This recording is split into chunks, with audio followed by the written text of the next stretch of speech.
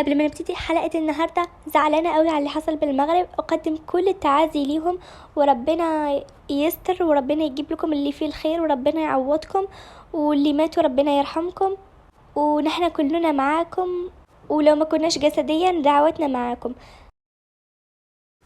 هلو ازيكم حبايب قلبي؟ يا رب كلكم تكونوا بخير. النهارده رجعت لكم في الحلقه الثانيه من روايه جحيم الافعى الموسم الثاني. يا ريت ما تبخلوش علينا بلايك للفيديو، وكمان تعملوا اشتراك للقناه لو انتوا جداد، وتفعلوا زرار الجرس عشان يوصلكم اشعار بكل فيديو بننزله من روايتنا. القناه دلوقتي شغاله على 4 روايات، هتلاقوهم كلهم في المنتدى وفي الوصف اول تعليق. يلا بينا نبتدي بحلقه النهارده.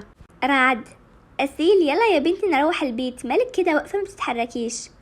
اصلها بتتخيل من الصبح انها شافت افعى، علشان كده البنت مش مظبوطه النهارده. قلت لها اكيد تعب السفر. انا كويسه، يلا نروح في المنزل. انتوا تعبانين؟ هطبخ لكم. عايز ايه يا رعد؟ اي حاجه من تحت ايدك تحفه. تسلم لي يا عمري وعشقي، بحبك يا قلب رعد. يا ربي ايه القرف ده، هبقى عايشه هنا كتير؟ يعني من الأحسن إني أرجع البنت لأهلها، عشان دي بقت عيشة تقرف. أنا جيت عشان استكشف مصر وأشتغل الشغل اللي جيت علشانه، بالأخير أتدبس في العيلة اللي داخلين جو العشق الممنوع ده. أسيل عايزاني أطبخ إيه؟ اطبخي معكرونة. إيه؟ أنتي بتقولي إيه؟ أنتي بس تكرهيها قوي وعندك حساسية منها ومن كل العجائن. يا ربي إيه الوقعة السودة دي؟ بهزر. فضلوا قاعدين وكانت ماري تتأمل ملامح لوليتا. ايه ده؟ قد ايه هي بتشبهني؟ ده الفرق بيننا بس الألوان، بس غريبة، بس يخلق من الشبه 40. رعد: صحيح شغلك في المخابرات ماشي ازاي؟ دي بتشتغل في المخابرات كمان؟ انا ايه اللي فهمني في الحاجات دول؟ كويس يا بابا كويس. وامتى تبدأ المهمة؟ اصلا النهارده وصلتي، بكره اللي هو هيخبركم عن المهمه.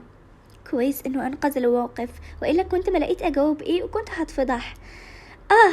بكره. ايه رايك تاخدني بكره انت على الشغل؟ الشغل ايه اللي اخدك عليه؟ الشغل يعني مقر المخابرات. يا بنت مالك، المقر اللي بتشتغلي فيه بالمغرب مش هنا. انتي جايه مهمه، اللي هو هيتصل فيكم بكره ويخبركم بالمهمه. انتي مش كويسه. فيكم يخبركم؟ يعني ايه كم دي؟ في ناس تانيين هتعرف عليهم وهيفضلوا يحققوا معايا زي ده؟ يا ربي. مالك يا بت، انتي مش عجباني النهاردة. وبعدين نرجع لموضوعنا. مقر ايه؟ لو تقصدي المقر بتاعي اللي كنت بشتغل فيه انا ولوليتا وسيف وكل زمان قبل التقاعد. هو ده بالظبط. طب حقتك تشوفيه، بس بلاها بكرة، وده الأسبوع ده هتكوني مشغولة قوي. بالليل الكل راح مكانه، ورعد بالليل حلم حلم مش كويس. كانت النحلة بالحلم، وكانت بتعيد كلامها اللي قالته قبل 20 سنة. يا أفعى، يا مصطفى، يا كلكم، بس اطلع من هنا، بس اطلع من السجن ده، حوريكم أنا مين، حوريكم وشي التاني. ده انتوا على آخر الزمن تيجي وتحطوني هنا؟ قتلتي بابا وحطاني ورمياني هنا في السجن، وأخدتي حبيبي رعد. والله مش حسيبك زي ما قلتلك، أنا وإنتي والزمن بينا. صح رعد من النوم. يا ساتر ايه الكابوس ده؟ أظن أنه ليه معنى واحد. اتصل على شخص. ألو يا جابر، عامل ايه؟ تمام يا صاحبي، وانت عامل ايه يا رعد؟ خبرنا من المطار انك جيت هنا على مصر. دي مصر وحشتك، انت غبت كل السنين دول وبلا ما تسأل عنا. لا بس الشغل وكده. انا عايز اسألك حاجة، هو النحلة لستها بالسجن؟ يا رعد انت مش عارف انها ماتت؟ ايه؟ ازاي تموت؟ دي مستحيل تموت.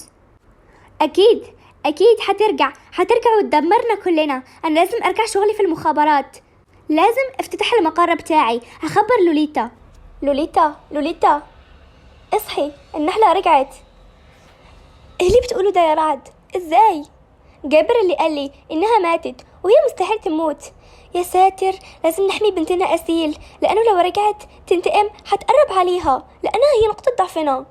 متقلقيش، أسيل كويسة وهي عارفة تجيب حقها ومستحيل حد يوقف لها أو يأذيها. وعايز أبشرك تتصلي بأريان وسارة ومصطفى وريم وفارس ومرام، وبكرة هنرجع نفتح مقر المخابرات وأنا هكون اللواء وهوظف الكل من جديد، وأسيل تيجي تشتغل معانا وتعتزل لي بالمغرب، وهنرجع نستقر هنا في مصر للأبد.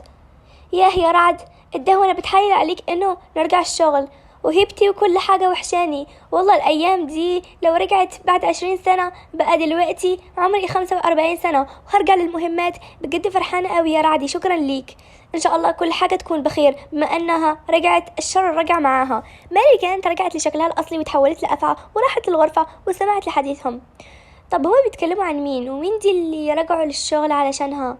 في اليوم الثاني في مقر المخابرات كانت سارة ومرام وريم وليتا ورعد وأريان وفارس ومصطفى. رعد أنا مش فاهم، بما أنه هي رجعت إزاي حنمسكها؟ وإيه اللي يأكد إنها رجعت؟ وإيه اللي يبين إنها هنا في مصر؟ رعد، كل ده أنت اللي هتعرفه. أظن أنه رغم السنين دي بس ما نسيتش شغلك ومهارتك في التحري. رعد، كم مرة كنا نتحايل عليك نرجع ما كنتش راضي. قال إيه اتجوزنا وما نسيبش النساء يشتغلوا معانا، أهو كلهم متجمعين. سارة، ايه ما تتلم يا عم، نحن كبرنا وخلفنا والبنات والأولاد دخلوا مخابرات هيشتغلوا معانا. رعد، افتكرت اتصلوا على الأولاد كلهم يجوا، وليتا اتصلي بأسيل. تمام يا رعد، هتصلي بأسيل دلوقتي. حبايب قلبي، حلقة النهاردة خلصت. يا ريت تعملوا لايك للفيديو واشتراك للقناة وتفعلوا زرار الجرس، واستنونا بكرة إن شاء الله في الحلقة الثالثة من رواية جحيم الأفعى. مع السلامة.